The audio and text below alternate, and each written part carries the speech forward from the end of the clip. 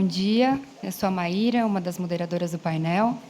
É um prazer muito grande dar início às discussões do seminário, principalmente sobre um tema tão atual e tão importante, né, como a nova ordem geoeconômica. E também por fazer isso ao lado da Vera Cano, que vocês já conhecem, mas eu vou seguir o protocolo e vou fazer uma breve introdução. A Vera é advogada especializada em comércio internacional, sócia do VK Law e tem mais de 20 anos de experiência. Ela é mestre em Direito Econômico Internacional pela Sorbonne e doutora em Direito Internacional pela USP. Além disso, a Vera é pesquisadora sênior no Centro de Estudos de Geoeconômica de Comércio e Investimentos Internacionais da FGV e membro da diretoria do ABCI Institute. Maíra, muito obrigada. Bom dia a todos. E é um prazer ver essa sala cheia no primeiro painel. Espero que todos tenham muitas perguntas para esse painel maravilhoso aqui. E aproveito só para que está todo mundo aqui para fazer dois pequenos anúncios. Já que a Maíra falou que participo do ABCI Institute, a gente vai ter um simpósio anual, um webinar online, gratuito, para todo mundo que se inscrever, dias 18 e 19 de novembro, sobre assuntos maravilhosos também de comércio internacional. Quem gostar aqui, participe, por favor. E também sobre o estudo do IED, coordenado pela professora Vera Torstensen, que saiu publicado. Procurem no site do IED, um estudo muito bem feito, por uma equipe muito aplicada, sobre geoeconomia e como o Brasil deve se posicionar nas relações atuais, nesse cenário global caótico que a gente vive. Então, vou apresentar também a Maíra. É um prazer dividir esse painel com a Maíra. A Maíra é advogada sênior do escritório Cassione Advogados, é bacharel em Direito pela Universidade de Brasília, tem LLM em Legal Studies, com foco em Direito Concorrencial e Comércio Internacional pela NYU, e é pós-graduada em Direito Concorrencial Europeu pelo King's College de London. Então, vou começar apresentando os membros do nosso painel, começar aqui pelo cantinho, pelo Guilherme. O Guilherme Marques é bacharel em Relações Internacionais pela Universidade do Vale do Itajaí, bacharel e mestre em Direito pela Universidade Federal de Santa Catarina e possui MBA em Relações Governamentais pela FGV. Atualmente, ele é gerente sênior na CropLife International, uma associação comercial internacional de companhias do agronegócio. Vou apresentar a Janaína Donas, que está aqui ao meu lado, bacharel em Relações Internacionais pelo Centro Universitário de Brasília e tem MBA pelo IBMEC. Tem experiência profissional no Peru e em Miami como diretora de Relações Externas e Novos Negócios para a América Latina, da Newmont Corporation, e foi diretora de Relações Governamentais e Comunicação da Alcoa. Atualmente, é presidente executiva da Associação Brasileira de Alumínio, da ABAL. E também a Magali Favaretto, está ali, bacharel em Direito pela Universidade de São Paulo, e tem LLM pela International Legal Studies pela Washington College of Law, da American University. É doutora em Direito e Desenvolvimento pela Escola de Direito da Fundação Getúlio Vargas, de São Paulo. É pesquisadora sênior do Centro de Estudos de Geoeconomia do Comércio e Investimentos da FGV, minha colega, e do Núcleo de Direito Global e Desenvolvimento da FGV do Direito de São Paulo. Perfeito. E, para começar a nossa discussão, a gente queria fazer uma breve introdução do que a gente se dispôs a conversar sobre, que, como vocês sabem, as discussões sobre o comércio internacional têm incorporado novas óticas de análise, né? Não só se limitando às relações entre os Estados, mas também incluindo novas questões de sensibilidade política e também questões corporativas de estratégia a nível global. E é nesse cenário que medidas como tarifas, regulações, sanções e até mesmo as medidas excepcionais, que são aplicadas com base na segurança nacional ou interesse nacional, passam a ser utilizadas pelos Estados de forma unilateral, né, e como instrumento de coerção estratégica. E isso intensifica a formação do que a gente chama aqui de nova ordem geoeconômica, que é exatamente definida pela utilização do poder econômico para fins geopolíticos estratégicos. O uso desses instrumentos gera impactos significativos para as operações de comércio exterior e para os fluxos financeiros internacionais, demandando uma análise crítica e dinâmica da cadeia de suprimentos no panorama global. Nesse contexto, empresas inseridas no comércio internacional devem manter constante vigilância e adotar mecanismos de monitoramento de riscos, considerando que eventuais interrupções, ainda que pontuais, no fluxo de bens, serviços ou operações financeiras, podem ensejar consequências econômicas significativas, além de impactos em obrigações contratuais. Diante desse panorama, o objetivo do nosso painel é discutir como as tensões político-econômicas e medidas excepcionais ao multilateralismo, nem tão excepcionais hoje em dia, né, estão redesenhando as cadeias globais de suprimentos. Bom, e para começar, a gente queria aproveitar a experiência da Magali, né, considerando esse contexto que a gente apresentou brevemente, para fazer algumas perguntas nada fáceis. Então, a gente queria que você compartilhasse com a gente, Magali, a perspectiva acadêmica, né, sobre esse fenômeno e abordar esse cenário de utilização de políticas nacionais como instrumentos geoeconômicos e também tocar se há espaço para o multilateralismo nessa nova ordem e como ele precisaria se adaptar em relação ao que foi construído nas últimas décadas e como a gente deve ser organizada a relação entre o Estado e as empresas nesse cenário. Super fácil, né, Magali? Muita coisa junta, mas vamos lá. Ok.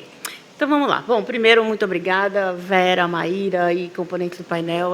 É uma alegria enorme estar aqui falando desse tema que me é tão caro e que eu tenho me debruçado aí nesse último ano, começo do ano passado, desde quando a professora Vera remodelou o centro para o Centro de Geoeconomia, Estudos de Geoeconomia.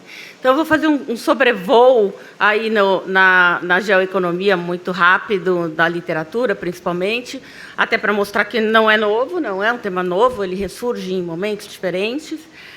Depois focar um pouquinho nessa relação entre Estados e empresas, políticas nacionais como instrumentos geoeconômicos e, finalmente, as perspectivas sobre o multilateralismo. Bom, geoeconomia é uma área de fronteira essencialmente interdisciplinar entre política, economia e geografia. Então, a maior parte da literatura se concentra ali naquelas duas intersecções da política econômica internacional e da geopolítica. E agora mais focado em geoeconomia.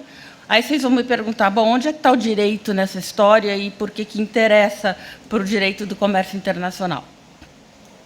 Eu diria que o desenho das instituições e regras que regem o comércio internacional está sendo refeito e, por isso, é muito importante entender esse jogo econômico, é de fundamental importância. E não é só uma importância acadêmica, deixar claro, mas prática, do dia a dia, e todos vocês que estão aqui no dia a dia estão experimentando essa experiência, essa dificuldade. Bom, o conceito de geoeconomia ele ressurge em momentos diferentes, né? Normalmente a cada ponto de inflexão, quando ocorre uma contestação aos poderes, às potências estabelecidas por potências emergentes e uma alteração da estrutura e do reequilíbrio internacional. Qual que é a ideia central? É de que segurança e considerações estratégicas passam a integrar de forma clara a formulação de políticas econômicas. Então, se na ordem econômica existente e que vigorou por décadas, economia e segurança eram domínios relativamente separados, com regimes internacionais autônomos, hoje é uma nova lógica que está em jogo e, de novo, só reafirmando da importância disso para o contexto prático. O ano passado saiu um artigo na Foreign Affairs, que era a geoeconomia no C-suite, que é a chegada das geoeconomias, não só na saída das pesquisas acadêmicas, mas para o mundo real. Aqui um breve panorama histórico muito rápido, primeira e segunda gerações, onde surge, né, as discussões, primeiro ali nos clássicos da geopolítica, começo do século até pós-guerra, mais relacionados à contestação do poder britânico e depois à contenção da União Soviética. Segunda geração, anos 70, 80, contexto de Guerra Fria, já configuração de equilíbrio bipolar, surgem, então, os institucionalistas de relações internacionais, que todos aqui conhecem, Keohane, Joseph Nye, falando da interdependência complexa, do poder multidimensional e da importância do comércio, finanças e segurança ao lado do poder militar. E aqui o livro clássico do Baldwin, David Baldwin, Economic Statecraft, que tratou já desse estudo de sanções e ainda é hoje uma âncora muito forte para toda a literatura de economia política internacional. Terceira geração, anos 90, já fim da Guerra Fria, momento geoeconômico unipolar, Curiosamente, é num momento de pouca contestação que surge pela primeira vez o conceito de geoeconomia, trazido por um estrategista militar, o Luttwak, nos anos 90, e ele traz a ideia de geoeconomia como a lógica do conflito perseguida com a gramática do comércio. Posso ir aqui, tá? Quarta? Ok. Quarta geração, então, já um momento geoeconômico de transição para a multipolaridade, crise de 2008, remodelação do G20, articulação dos BRICS, a falha da rodada Doha, quando se concretiza ali em 2008, e, principalmente, consolidação da China como potência econômica. Nesse momento surge o que se chama geoeconomia neoclássica, diversos autores, eu menciono alguns aqui, até um pouco embolados, só para caber nessa contextualização, que já começam a tratar da relação entre economia e segurança nacional. Um destaque aqui para um autor chamado Michael Wiegel, que hoje é um coordenador do FIA, que é o Finnish Institute of International Affairs, que ele começa já em 2015 a fazer uma tipologia, ele trata da ideia de alavancagem geoeconômica e estabelece tipologias para tipos diferentes de estratégias. Chegamos na geoeconomia contemporânea, a partir de 2015 até 2020. Aqui, sim, já um momento de grande contestação frontal entre Estados Unidos e China, era dos acordos mega-regionais, tentativas, então, de se reescrever as regras da nova ordem geoeconômica. Outro clássico importante, o War by Other Means, do Blackwell and Harris, que eles tratam do uso de instrumentos econômicos, comércio, finanças e energia com fins geopolíticos.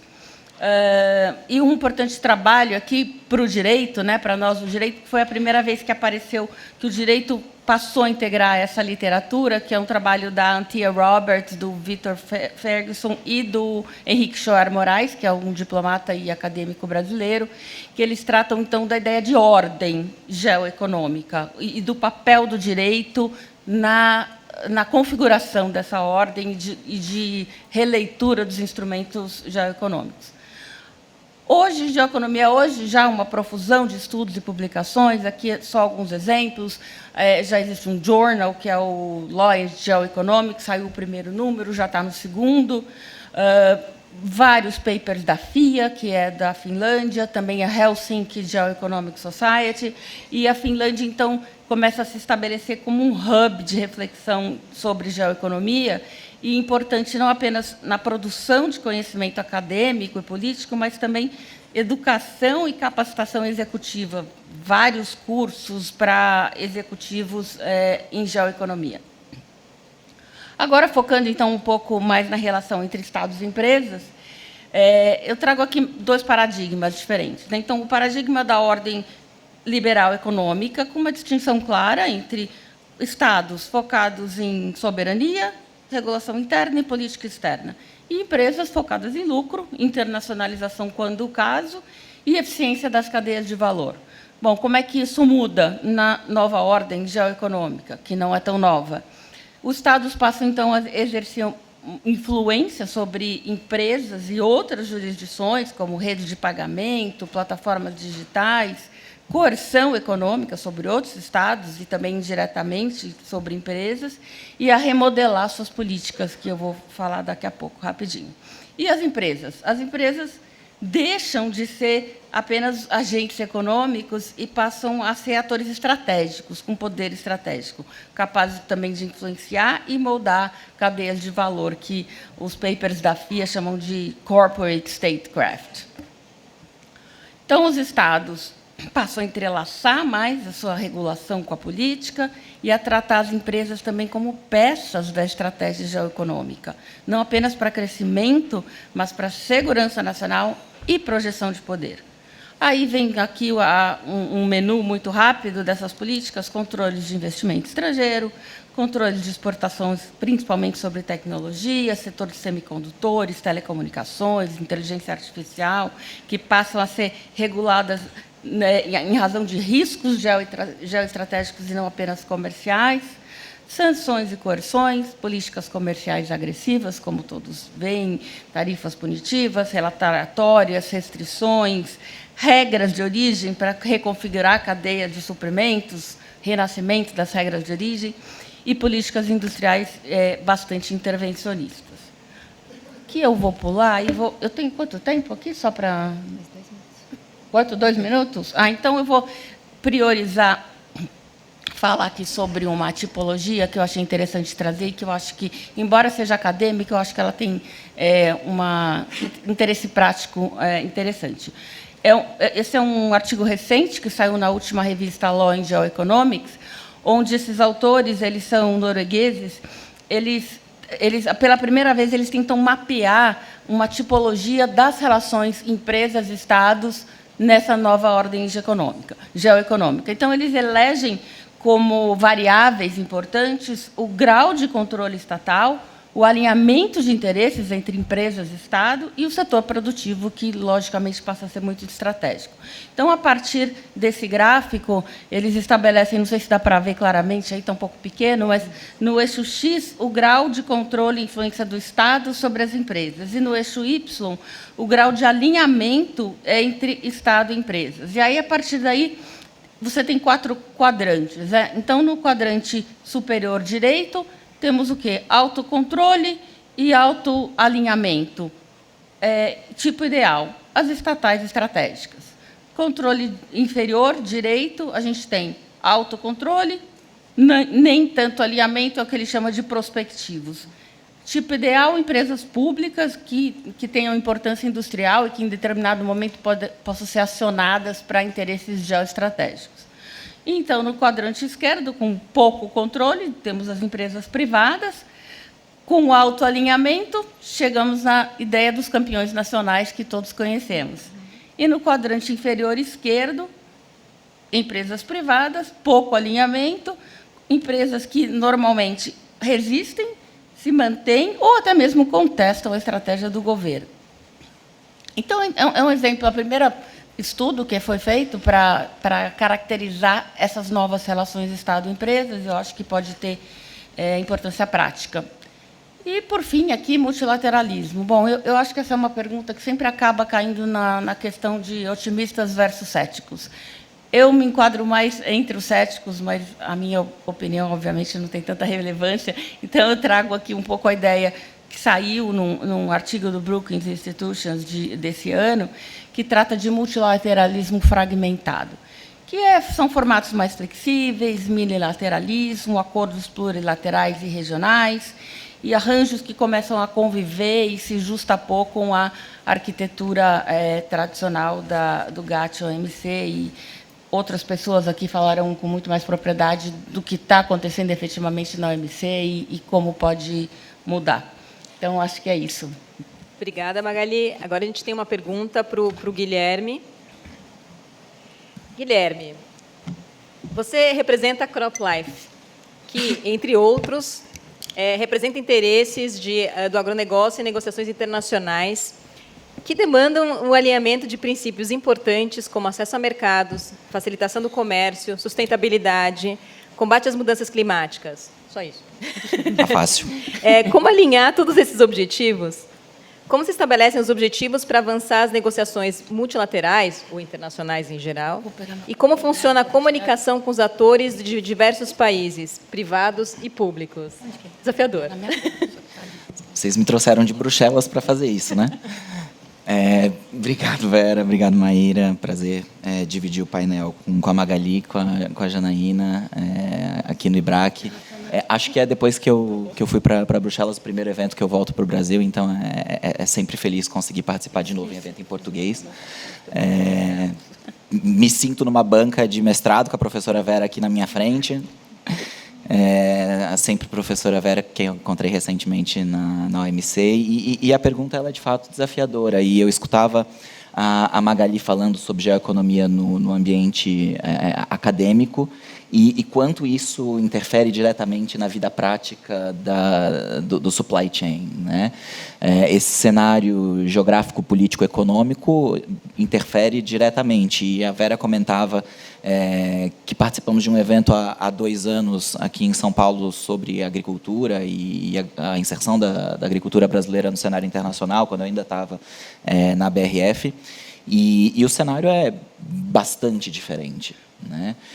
Hoje, representando a CropLife, não sei se vocês conhecem a CropLife, mas a CropLife ela representa o setor de ciência dos cultivos, né? Nós defendemos tecnologias e inovações que têm por objetivo aumentar a produtividade e a sustentabilidade dos agricultores. Basicamente, são dois grandes ramos, né? São os defensivos agrícolas e a biotecnologia.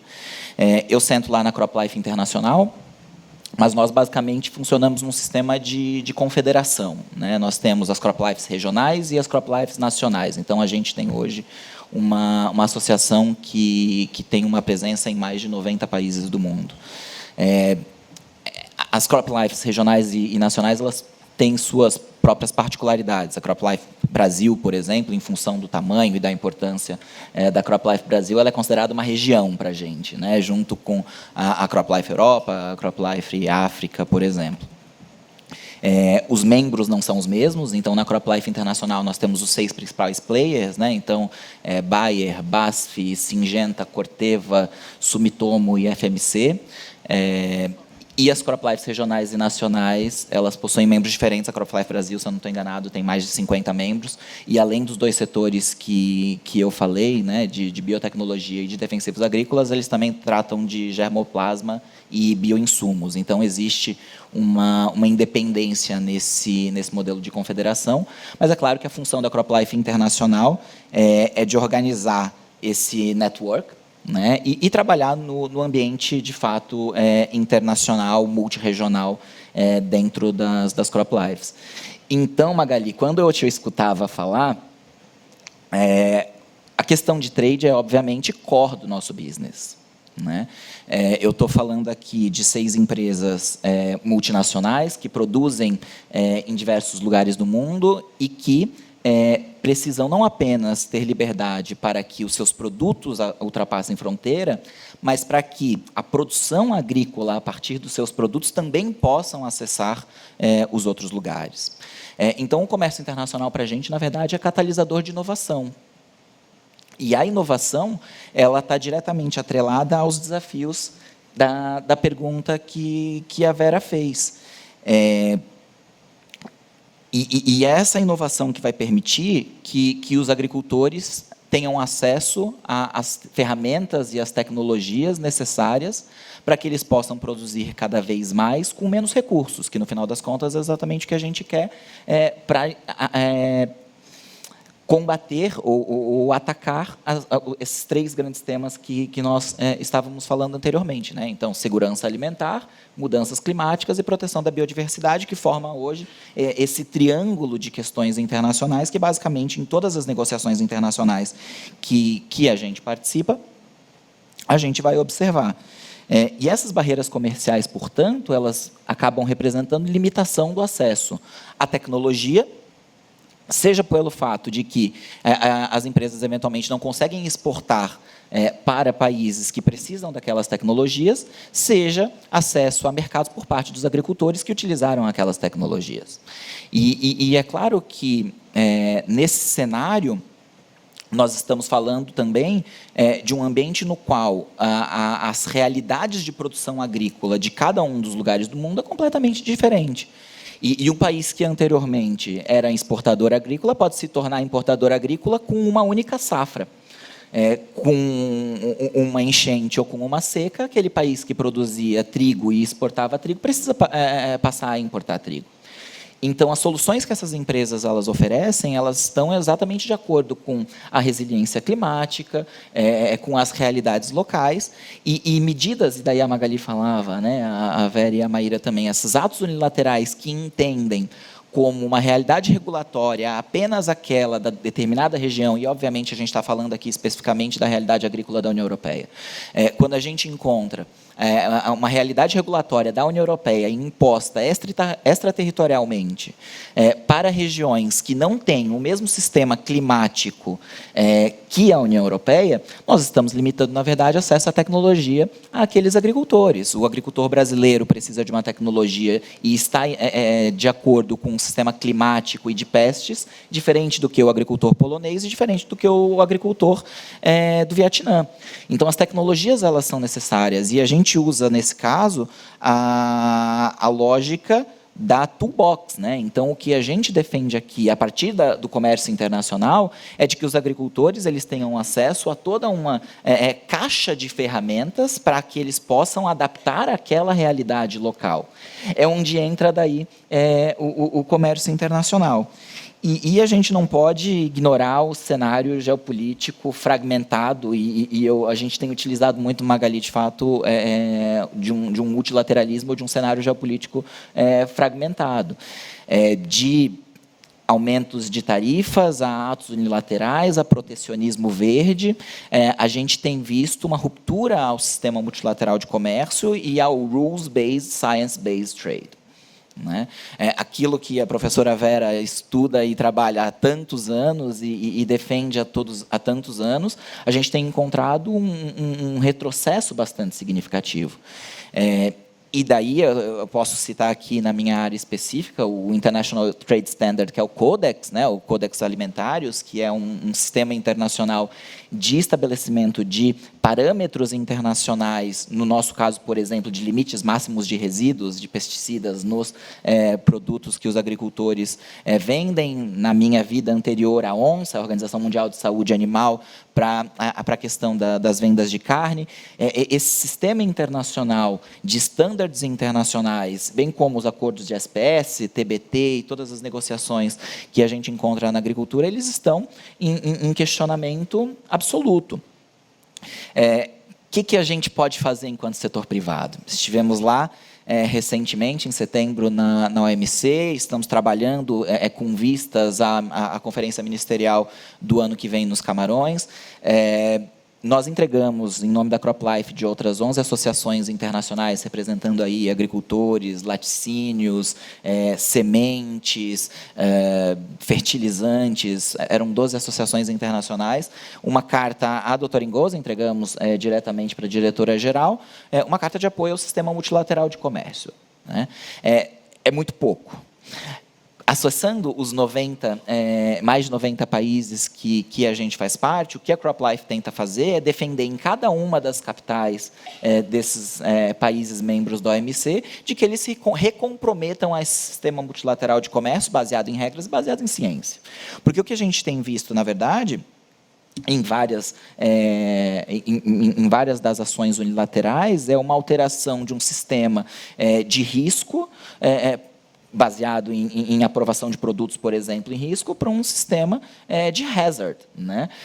E isso, basicamente, impede que, por exemplo, um produtor brasileiro consiga exportar uma fruta ou um grão para a União Europeia, porque o limite de resíduo exigido hoje na União Europeia é 0. Sendo que o Codex diz expressamente e se reúne 2, 3 vezes por ano para estabelecer os limites de resíduo, que nunca é 0. Né? E o Codex faz a avaliação de qual é o limite que pode ser prejudicial ao ser humano, divide por 10 e esse é o limite estabelecido. Quer dizer, de fato, não há qualquer tipo de risco por análise científica.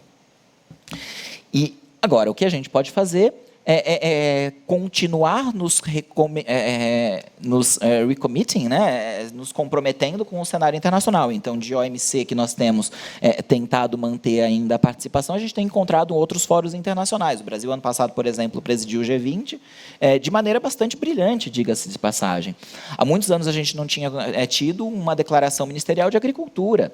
O G20 do ano passado teve uma declaração ministerial de agricultura muito positiva. A declaração de trade do G20 do ano passado também foi. E era tão difícil que esse ano, sob a presidência da África do Sul, nós não tivemos uma declaração ministerial de agricultura. Os ministros foram para a África do Sul, ficaram 3 dias, era para ficar 2, ficaram 3, e não conseguiram chegar a uma nova declaração de agricultura. Então, a presidência brasileira, de fato, conseguiu trabalhar isso de maneira bastante significativa.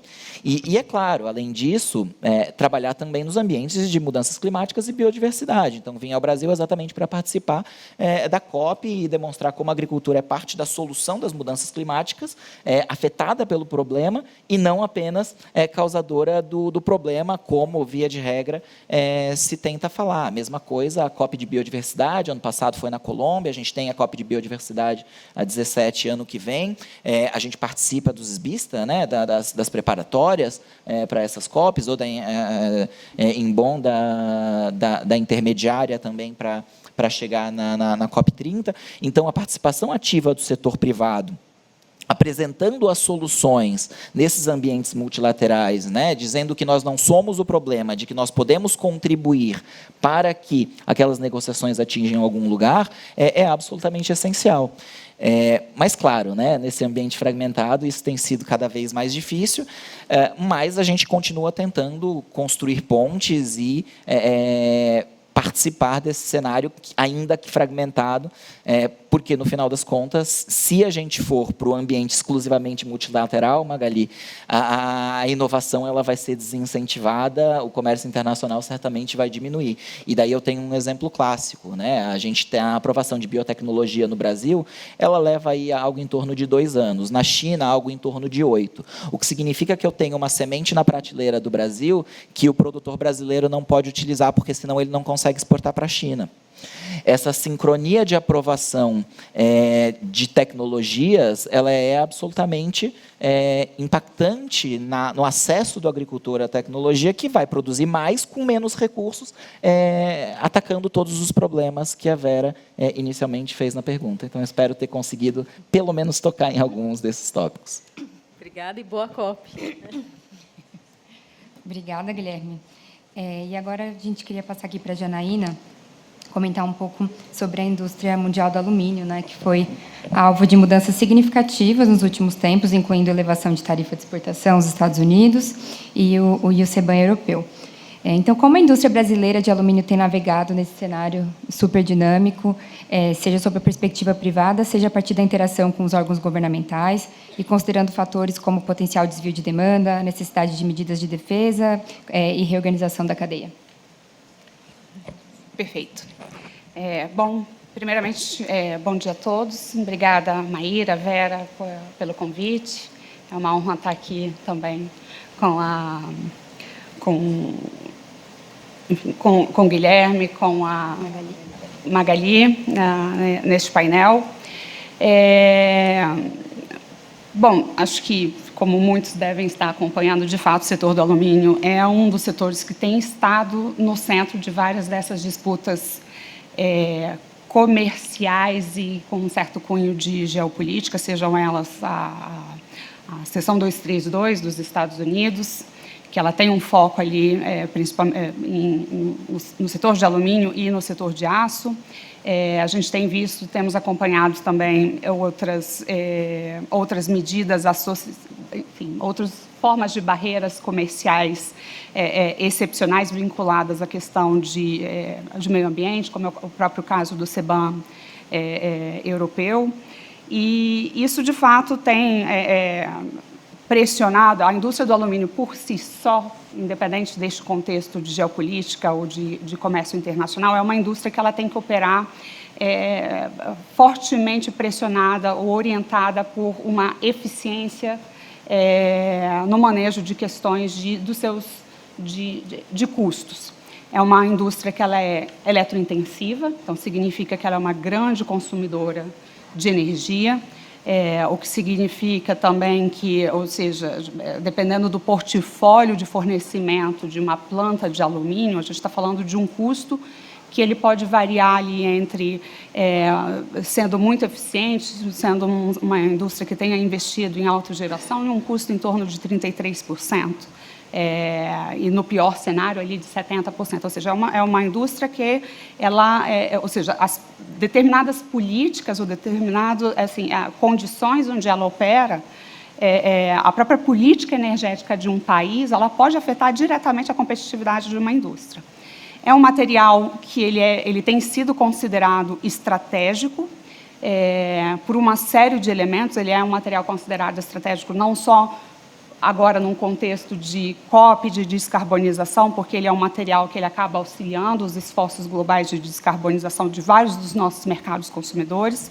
Então, ele acaba sendo importante por este aspecto, mas ele também é estratégico para outros mercados, como o caso, por exemplo, de defesa, segmento aeroespacial, o segmento automotivo, embalagem, ou seja, é um segmento que ele produz, ele é importante para outros insumos estratégicos. Então, para vários países, você ter uma indústria forte de alumínio é uma questão de soberania, é uma questão de realmente de decisões estratégicas.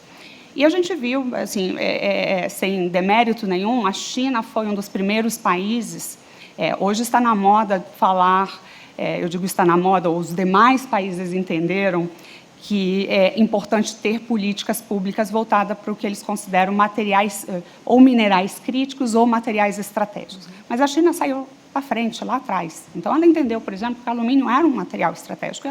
Ela fomentou o crescimento dessa indústria, o fortalecimento dessa indústria, primeiro para atender às suas necessidades do seu mercado nacional. Mas isso acabou gerando, obviamente, um excesso de produção, que precisou depois ser escoado mundialmente. Nós, que já ocupamos a 6ª posição no mercado global, a gente caiu, nós vimos esse impacto, né, essa velocidade dessas políticas de fomento que foram depois consideradas, foram questionadas no âmbito da OMC por conta das práticas, então, não só do ponto de vista de medidas de defesa de antidumping que foram aplicados, mas também geraram questionamentos sobre o tipo de subsídios que foram concedidos pelo próprio governo chinês e que acabaram afetando, por exemplo, várias indústrias. Então, a gente tem aqui um dos nossos parceiros que ajudou, no caso, o Brasil é o 4º país a ter uma medida de subsídios, por exemplo, aplicada contra a China, e nós somos o primeiro caso no Brasil, certo? Foi um caso extremamente complicado, que demorou entre as nossa primeira tentativa de ingressar com o case quase 10 anos, mas é um exemplo claro aí desse desafio que a gente tem em relação às práticas. Então, enquanto indústria, né, então, assim, a pergunta é o que nós podemos fazer enquanto indústria e depois nessas articulações com os nossos parceiros, entendendo aí que um parceiro importante é o próprio governo. Então, enquanto indústria, a gente tem que fazer a nossa parte em investir naquilo que a gente chama fortalecimento da nossa indústria,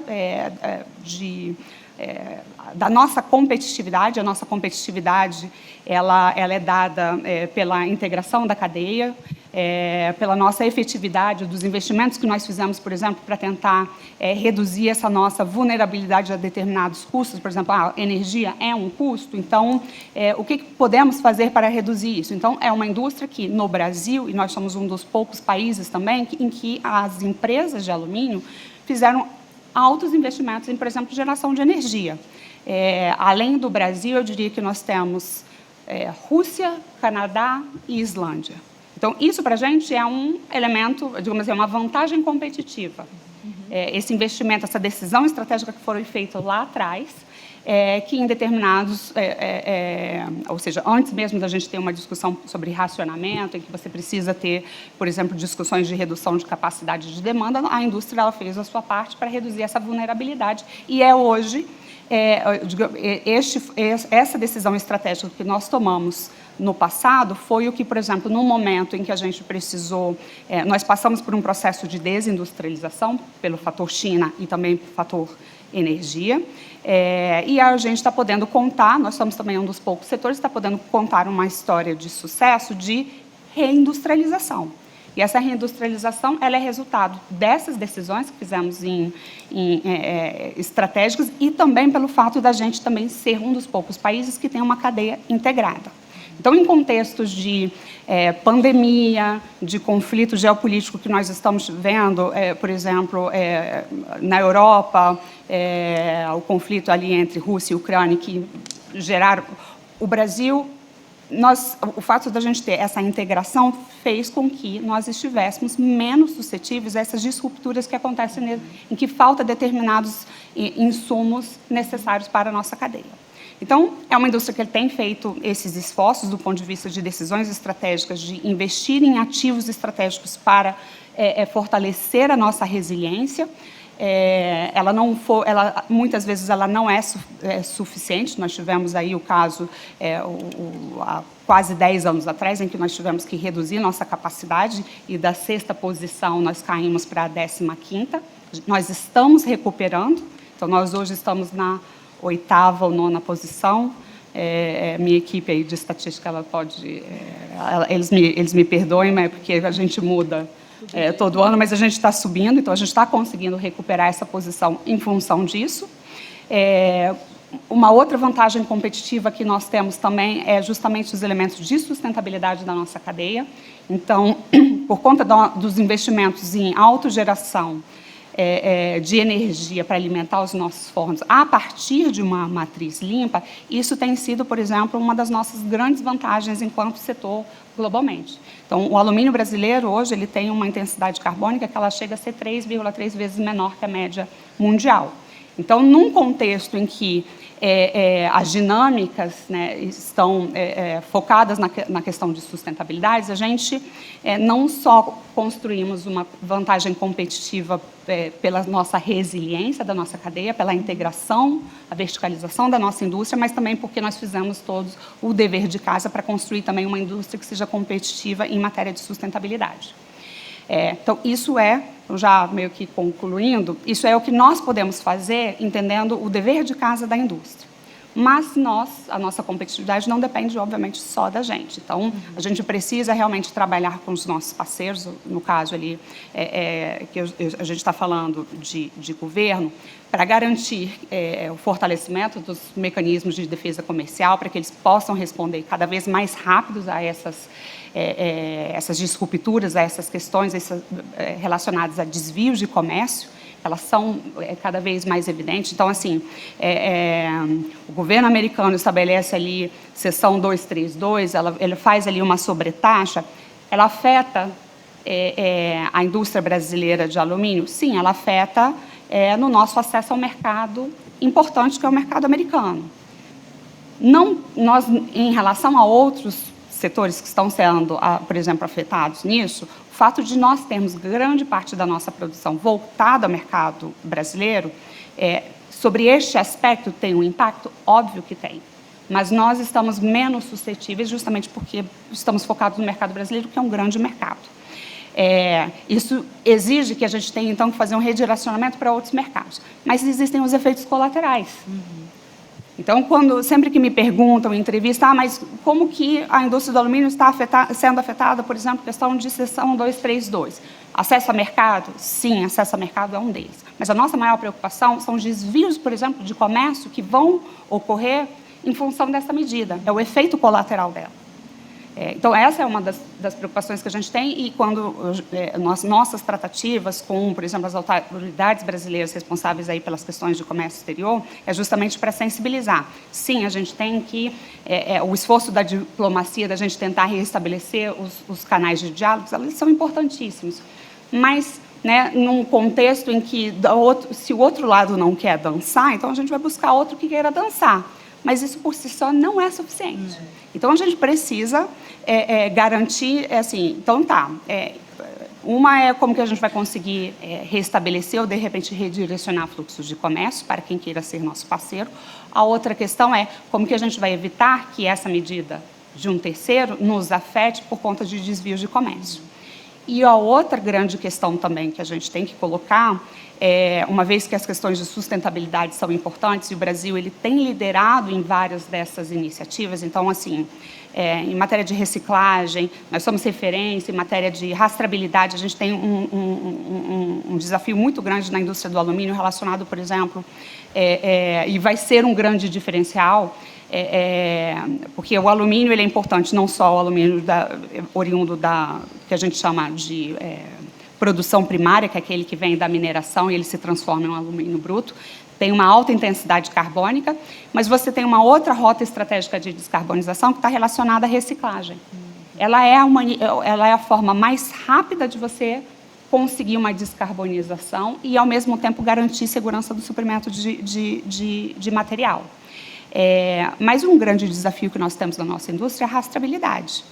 Então, a gente tem um associado que ele fez um post que a gente acha bastante interessante. Então, assim, no comércio, a rastreabilidade, a transparência, a forma como você contabiliza, isso vai ser um comércio. A gente está caminhando para um comércio de emissões, de certificados, de autorizações. Então, essa é a nova fronteira do comércio. E aí, quando a gente traz, por exemplo, para a questão do alumínio, a reciclagem é uma rota importante que a gente precisa fazer, mas todo alumínio reciclado, ele tem, por exemplo, existe a gente conta uma contabilização que o alumínio secundário proveniente da reciclagem, ele tem uma redução aí de 95% do consumo de energia. Então, aí você tem uma ideia de intensidade carbônica. Então, para a gente é um diferencial.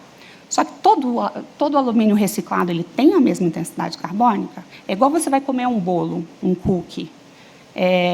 Todo bolo tem a mesma caloria? Não.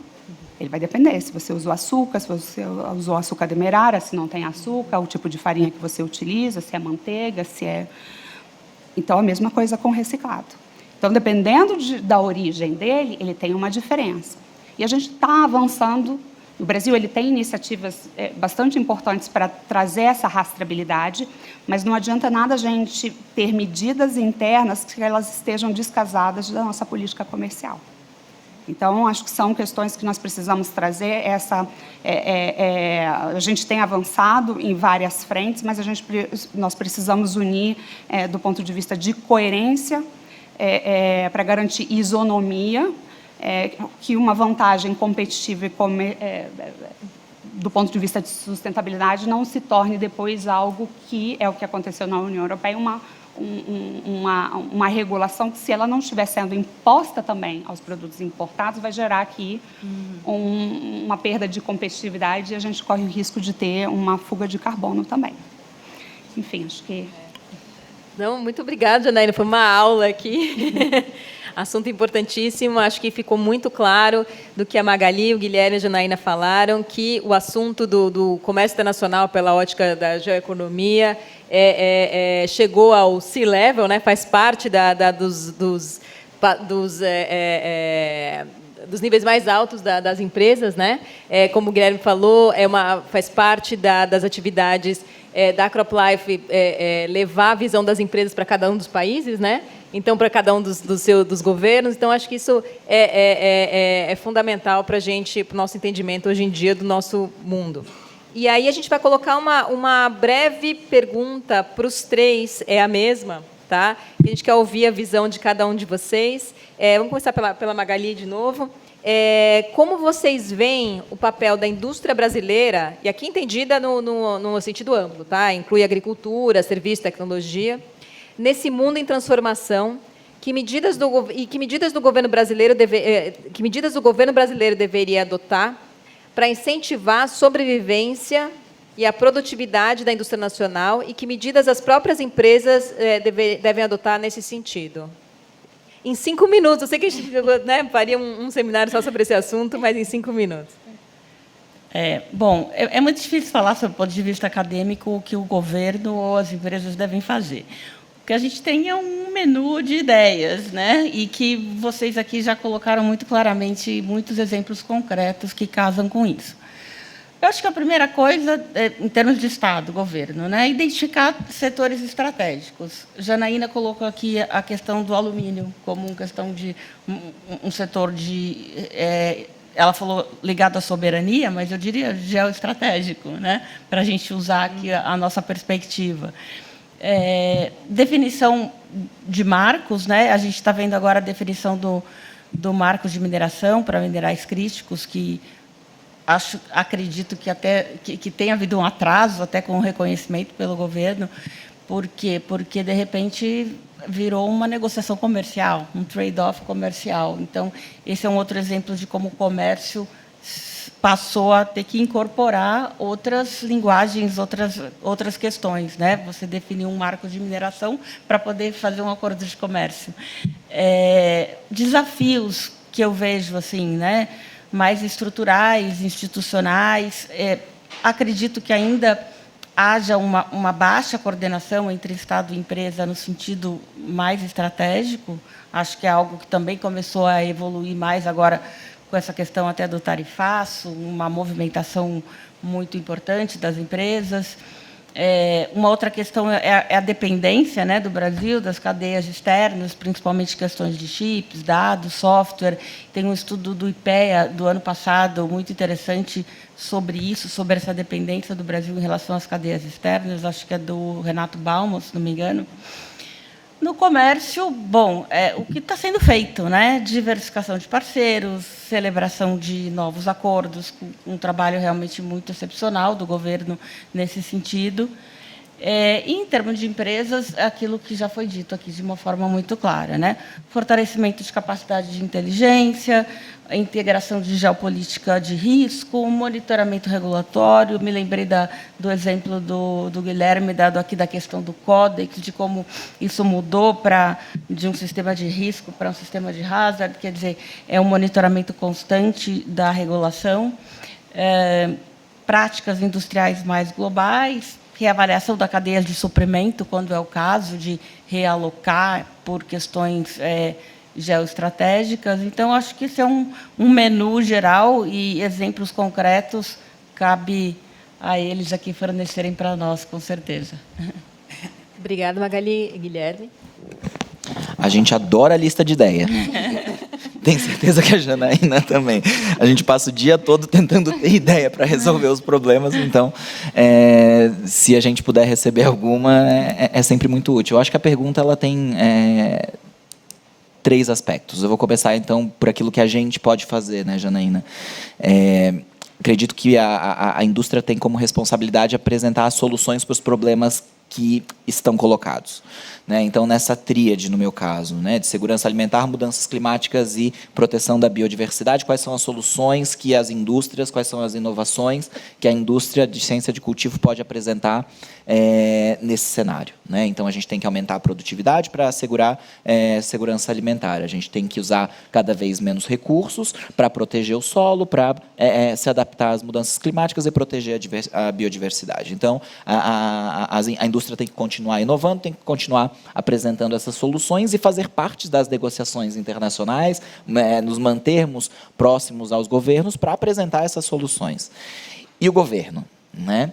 Bom, internamente, um sistema regulatório que permita o desenvolvimento e acesso a essas tecnologias. Né? Porque de nada adianta a indústria inovar e criar essas novas tecnologias e apresentar inovações, se o sistema regulatório interno não permite que essa inovação aconteça ou depois que essa inovação possa chegar no seu destinatário, no nosso caso específico, o agricultor.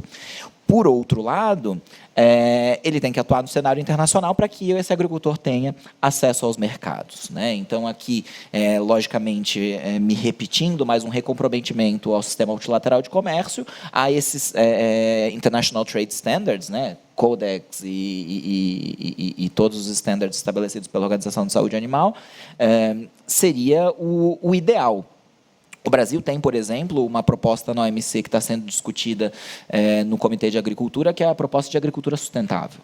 É uma proposta que é simplesmente bastante interessante, que conta com o apoio de um número significativo de países, e é um caminho para que a gente possa discutir quais são esses parâmetros internacionais para a gente definir a questão da agricultura e sustentabilidade. Estávamos lá na OMC, quando o presidente designado da COP, né, o embaixador Corrêa do Lago, esteve na OMC e, pela primeira vez, um presidente designado da COP foi até a OMC para tratar exatamente dessa intersecção entre agricultura e comércio. O Brasil, como presidente desse ano, lança uma força-tarefa sobre a intersecção de agricultura e comércio dentro da COP. Nós tivemos a entrada em vigor nesse ano o acordo de fisheries da OMC, que é o primeiro acordo da OMC que faz, de novo, a intersecção com a questão da sustentabilidade. Então, são alguns dos exemplos de questões práticas no cenário internacional que podem apoiar nesse desafio. Muito obrigada, Janaína. Bom, eu acho que essa pergunta ela traz uma reflexão. Qual é o lugar que o Brasil quer ter nas cadeias globais do futuro? E para responder isso, a gente entende assim que a gente passa necessariamente também por 3 grandes rumos ou direções. Então, a primeira dela é como que a gente vai reindustrializar o país. Segunda, inovando em processos e produtos, e aí acho que vai na linha do que o Guilherme falou. O papel da indústria é oferecer soluções para o mundo atual. E a terceira é como que a gente consegue crescer de forma sustentável, porque esse é o grande desafio. A gente está num contexto, de novo, né, de COP, em que a gente tem que refletir sobre a forma como a gente consome e a forma como a gente produz. E independente dos rumos, né, quer dizer, os 3 rumos eles não são excludentes, aliás, eles devem ser integrados, ele também exige uma convergência de esforços entre esses diferentes atores. Indústria, empresa, governo. E o papel da indústria, como o Guilherme mencionou, a gente é o motor aí de inovação, de sustentabilidade, junto com a academia, né? Então, o papel da indústria realmente é trazer a academia para ajudar a pensar e descobrir, então, formas diferentes de fazer produtos, formas diferentes de se produzir. Acho que as empresas, acho que um bom ponto também para a gente colocar, o papel da indústria também é liderar pelo exemplo. Então, investir em inovação, eu não vou repetir aquilo que é inovação, eficiência, porque se não fazemos isso, a gente não opera. Então, assim, a empresa vai falir, a empresa que não está inovando, que não está pensando, que não está se adaptando ao novo contexto, ela tende a ficar para trás. Então, isso é parte do business. Então, é aquilo que a gente tem que fazer. Mas, para a gente sentar junto com os parceiros e sermos reconhecidos como parceiros confiáveis, seja pelo governo, seja pelas comunidades onde a gente está, eu acho que a gente tem que também atuar liderando pelo exemplo, trazendo nesse processo de escuta. E a atuação do governo, obviamente, é nisso, né? Trazendo o ambiente regulatório, os investimentos em infraestruturas que a gente sabe que num país de dimensão territorial, com desafios, com uma Constituição, né, que demanda muito em outras áreas, a gente entende que essas parcerias público-privadas elas são importantes. E acho que determinadas indústrias estão cientes desse papel, estão querendo, sim, participar, mas a gente precisa dessa coerência regulatória para que os esforços que estamos fazendo para ajudar esse crescimento conjunto não se transformem depois em um elemento de perda da competitividade. Então, acho que é mais ou menos essa a mensagem que eu queria trazer aqui em complementação a participação, os pontos brilhantes que foram trazidos para os demais. Muito obrigada. A gente gostaria de abrir para a plateia. Tem uma pergunta? Pode falar. Primeiro, muito obrigado pela menção meu nome. Prazer estar aqui, né, de todos os IBRACs que eu participo. Uma provocação para a mesa. Diante desse mundo de perna para o ar, como é que fica a carreira do advogado? O que os escritórios estão fazendo para repensar o mundo? Pergunta bom. Gente, desculpe, né? O mundo está de perna para o ar. E vocês estão vivendo como antigamente, e eu participo em vários seminários, mal falam nesses temas. Aí eu fico perguntando assim, será que esse pessoal acordou ou ainda não? Então, uma provocação, tipo assim, qual a formação do advogado? Não tem a menor ideia, gente. Como é que os escritórios vão contratar que tipo de gente? As empresas, Cropline, como é que você faz agora na vida? A BAL, como é que você fica? Você vai fazer, de novo, a geoeconomia, o que é? Usar o comércio como arma. Então, você tem que ter a arma. Então, o que é? Né? É o instrumento, né? Qual é a metralhadora? Uma mensagem horrível. Mas qual é a arma que você vai usar? É legislação? É regulação? Claro, é regulação. Então, como é que fica esse mundo? Vocês vão ser passivas? Vocês vão ser ativos? O que vocês vão fazer? A gente achou que as nossas perguntas eram difíceis. Alguém quer... Eu posso começar a falar. Primeiramente, eu queria também dizer que eu acho que qualquer aluna de Relações Internacionais ou Direito já foi um dia sua aluna, então já também é para mim uma grande honra estar aqui, porque também você já foi minha professora em algum momento. Bom, acho que em resposta aos advogados, eu não sou advogada, mas tem vários dos nossos advogados aqui que ajudam a gente em vários... Eu posso dizer, não sei os demais, mas assim, a nossa demanda enquanto indústria tem sido alta em relação a repensar a forma como a gente tem trabalhado, atuado. Acho que o desafio, e aí eles podem falar com maior propriedade, tem demandado bastante, não só do trabalho do advogado, mas assim, as nossas teses e as nossas defesas, os nossos cases, eles têm exigido uma massa crítica que não é só do ponto de vista de direito. Ela tem exigido uma massa... Então, assim, todos os nossos cases, a gente fala, ok, precisamos de um estudo econômico, econométrico, precisamos trazer agora uma expertise em determinado assunto. Porque quem vai tomar a decisão, ela também tem essa dificuldade, não tem, às vezes, essa informação, e o nosso dever é oferecer. Muitas vezes a gente também não tem a resposta, então a gente precisamos dar um passo atrás. Falei, ok, vamos contratar os estudos, às vezes estudos técnicos, econométricos, para além do trabalho do advogado. Então, isso tem exigido a gente pensar fora da caixinha, na busca de soluções para essas questões que está desafiando, acho que todo mundo. Acho que é exatamente isso, Janaína. É ir além, apesar de jurista, nunca atuei como advogado, eu acho que é ir além do ambiente jurídico, né? Se a gente estivesse num mundo racional, talvez o mundo jurídico conseguisse resolver os nossos problemas. Como nós não estamos num mundo racional, nós estamos trabalhando com regulamentações não baseadas em ciência, com barreiras tarifárias não baseadas em estudos econométricos. Nesse sentido, se a gente for, por exemplo, para os Specific Trade Concerns da OMC, existe um dado da Embaixada Brasileira que mais de 80% são resolvidos. Os que não são resolvidos por questões meramente políticas.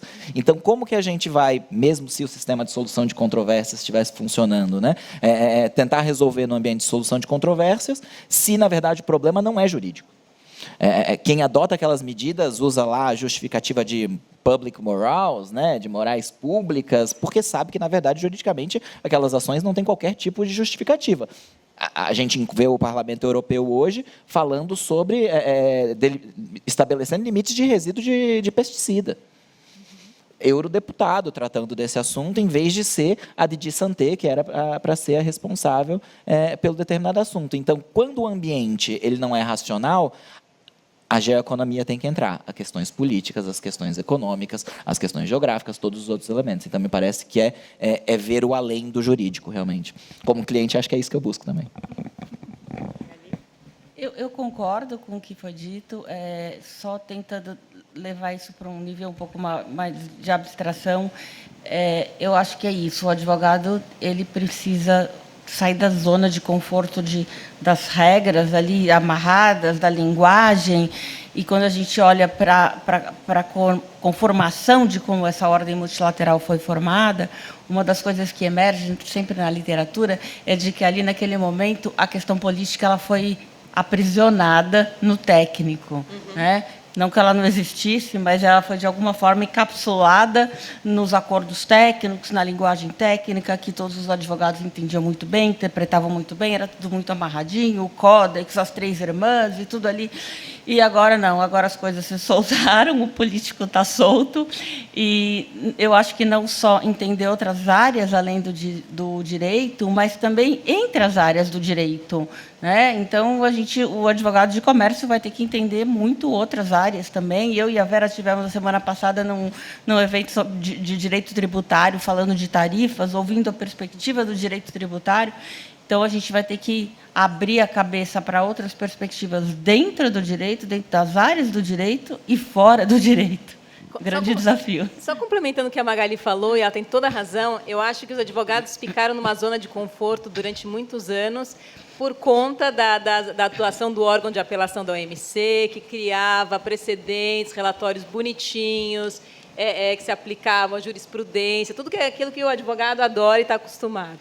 E, como a Magali disse, soltou um monstro agora, né? Acabou essa nova realidade, é a realidade do advogado que está fora da sua zona de conforto e que precisa adicionar um grande grau de resiliência para entender que a negociação, por exemplo, Brasil e Estados Unidos vai existir ou não, dependendo da química entre os presidentes, né? Então, você precisa ter uma resiliência para entender isso. Mas, ao mesmo tempo, o conhecimento das regras continua sendo muito importante. Eu acho que a gente não perdeu todo esse histórico que a gente tem. E o professor Vera, a gente não perdeu esse aprendizado todo, porque a gente tem que estar preparado para aplicar as regras quando passa o véu, né, da política, desce a parte da neblina, dessas questões da química e tal. Chega uma hora que o advogado atua realmente aplicando as normas internacionais. Obrigada. E um aspecto de criatividade também, né, que acho que é super relevante dentro de um contexto de entendimento global dos negócios, né, para além de entendimento do funcionamento técnico do mercado, mas também dentro da empresa, como os negócios funcionam, e ser criativo é sempre essencial nessa hora, né? E a gente tem espaço para mais uma pergunta. Pode falar. Pegando o gancho... Perdão, bom dia a todos. Pegando o gancho na última pergunta, muito interessante, queria ouvir comentários dos panelistas sobre essa questão do direito, que a gente está falando do mundo difícil do direito internacional, mas tem os direitos internos, né? E queria ouvir um pouco das empresas, como que isso está sendo visto, porque eu acho que parte da solução passa por entender como jogar esse novo jogo difícil nas várias jurisdições, né? E aí, como que as empresas veem esse aspecto, né? Como é que você lida? Eu tenho o desafio do Brasil, e aí tem o dos Estados Unidos, e aí o direito internacional ajuda pouco, mas o direito americano talvez ajude mais. Enfim, queria ouvir comentários sobre isso. Obrigado. Posso começar. Eu acho que é o dia a dia, né? É tentar entender quais são os aspectos que o cenário internacional pode harmonizar. Por isso que a gente tenta sempre voltar para esse sistema multilateral, baseado em regras, baseado em ciência, porque ele vai permitir uma previsibilidade que, se nós ficarmos dependentes exclusivamente do cenário regulatório de cada um dos países, num setor extremamente globalizado, se é que a gente ainda fala de globalizado, né, 2025, num cenário extremamente interdependente, como o setor que eu trabalho, onde a semente está em um lugar, a inovação agrícola está em outro lugar, a produção do grão está em outro lugar, o mercado consumidor está em outro lugar. Para eu conseguir exportar essa semente, esse grão do Brasil para a China, eu tenho que estar com a aprovação na Alemanha, eu tenho que estar a aprovação no meu PID nos Estados Unidos, a aprovação no Brasil, a aprovação na China. Então, eu estou dependendo de 4 sistemas regulatórios para a inovação chegar na mesa do consumidor. Então, quanto mais nós tivermos a harmonização internacional, menor dependência do cenário de regulatório interno, com maior rapidez a indústria vai conseguir inovar e colocar a solução na mesa. Agora, se é o caso, não é o caso. Não é à toa que a gente tem 90 e poucas crop lives no mundo todo para trabalhar nacionalmente e regionalmente em cada um dos cenários regulatórios regionais e nacionais, né? Essa pergunta, eu vou tentar responder de uma forma, ela é bastante interessante no sentido que, quando a gente está olhando, né, internacionalmente, então, assim, cada país está tentando defender os seus interesses, mas criar um ambiente de regras onde, né, uma competição ela seja justa ou equilibrada. Quando a gente traz a discussão aqui internamente, então, assim, ok, cada país tem os interesses, tem países que têm determinados tipos de vocações ou potências, uma potência agrícola é mais diversificada, então, cada um, mas a discussão ocorre em determinado contexto de interesse. E esse contexto de disputa de interesses a gente tem também aqui internamente. E isso... Acho que a Magali, ela trouxe um ponto que realmente parece que a gente abriu uma caixinha em que saiu um monstro, que ela falou assim, o político, e aí não é que o político seja um monstro, né, mas é porque porque as discussões que a gente estávamos acostumados ou confortáveis a ter, pelo menos dentro de uma caixinha quadradinha daquilo que é a lei, ela obedece uma outra dinâmica. Então, assim, o político ele pode, seja lá o do legislativo, quem está sentado no executivo, ele tem o interesse comum, mas ele também tem o interesse do seu eleitorado, ele tem também as questões pessoais ou de valor, aquilo que ele acredita como certo, como errado. Isso faz com que a gente tenha que entender essas dinâmicas. E a gente teve situações, às vezes, muito complicadas. Eu vou citar um exemplo que nós tivemos recentemente. Então, no final do ano passado, nós tivemos um projeto de lei que a gente estava no nosso monitoramento sobre restrição à importação de resíduos. No Legislativo, isso já tem matéria, isso é matéria de competência do Executivo. Então, a gente olhou, era um projeto que estava tramitando, e, de repente, ele teve uma tramitação super acelerada. Depois nós entendemos os contextos políticos por trás dela. Mas essa velocidade que foi impressa na aprovação de uma lei, de uma matéria que já é competência do Executivo, que ela está respaldada, inclusive a Convenção de Basileia, tem toda uma orientação para isso, e ela é aprovada trazendo riscos de você ter, por exemplo, ruptura de suprimento porque não todo resíduo é um resíduo perigoso. Você tem resíduo que por exemplo, alumínio, sucata é insumo produtivo. E aí, de repente, a gente vê assim, não pode importar sucata. Porque tinha uma lógica por trás disso aqui, que ela não era técnica, ela não era econométrica, racional. Então, isso exige assim, uma velocidade de resposta. Para você, de repente, tentar reunir informações numa velocidade muito grande, dentro de uma ótica em que, às vezes, ela não é só racional e só técnica. Mas, por isso que exige assim, o desafio, acho que voltando para a pergunta da professora Vera e a sua também, a gente precisa estar atento e a gente tem que, a esses movimentos, a gente tem que ter velocidade de resposta, e entender que a resposta tradicional que a gente sempre dava não funciona mais. Então, precisamos assim, unir rapidamente, eu preciso trazer rapidamente o respaldo técnico para que a tomada seja mínima, assim, cause o menor dano, ou se a gente não conseguir trazê-la para uma discussão equilibrada e racional.